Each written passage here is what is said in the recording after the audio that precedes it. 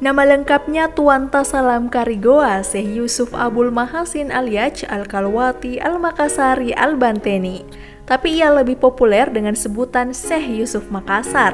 Sejak tahun 1995, namanya tercantum dalam deretan pahlawan nasional berdasarkan ketetapan pemerintah Republik Indonesia.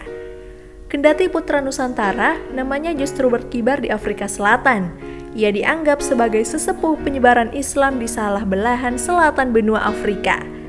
Bahkan Nelson Mandela yang saat itu masih menjabat sebagai Presiden Afrika Selatan menjulukinya sebagai salah seorang putra Afrika terbaik.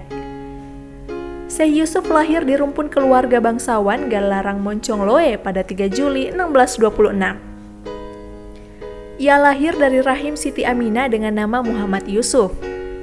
Nama Muhammad Yusuf sendiri merupakan pemberian dari Raja Goa Sultan Alauddin.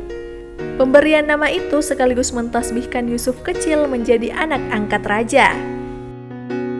Masa kanak-kanak Yusuf kecil tak berbeda jauh dengan lazimnya kehidupan anak-anak di masa itu, dengan aktivitas mengaji yang menjadi kegiatan utama si Yusuf kecil. Ia belajar mengaji pertama kali pada Daeng Rita Samang yang merupakan guru kerajaan. Dilanjutkan dengan pendalaman bahasa Arab, ilmu fikih, dan ilmu tasawuf. Ia juga berguru pada syekh terkenal di Makassar saat itu, Sayyid Balawi bin Abdul Al-Alama At-Tahir dan Jalaluddin Al-Ayyid hingga remaja. Menginjak usia 18 tahun, Yusuf muda berangkat ke Banten sebelum melanjutkan perjalanan ke Aceh. Di sana ia bersahabat dengan putra mahkota kerajaan Banten, Pangeran Surya. Di Aceh, Yusuf muda tak berhenti mengejar ilmu. Ia kembali berguru pada Syekh Nuruddin Ar-Raniri sampai mendapat ijazah Tarikat Qadiriyah.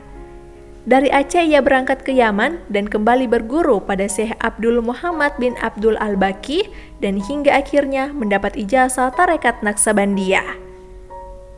Ijazah Tarekat As-Sa'adah Al-Ba'laiyah juga diperolehnya dari Sayyid Ali Al-Sahli.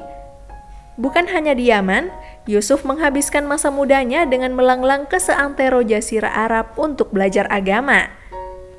Gelar tertinggi Al-Taj Al-Kalawati Hidaatullah diperolehnya saat berguru kepada Syekh Abu Al-Barakat Ayub bin Ahmad bin Ayub bin Kalwati Al-Quraisy dari Tanah Syam atau yang biasa dikenal dengan Damaskus.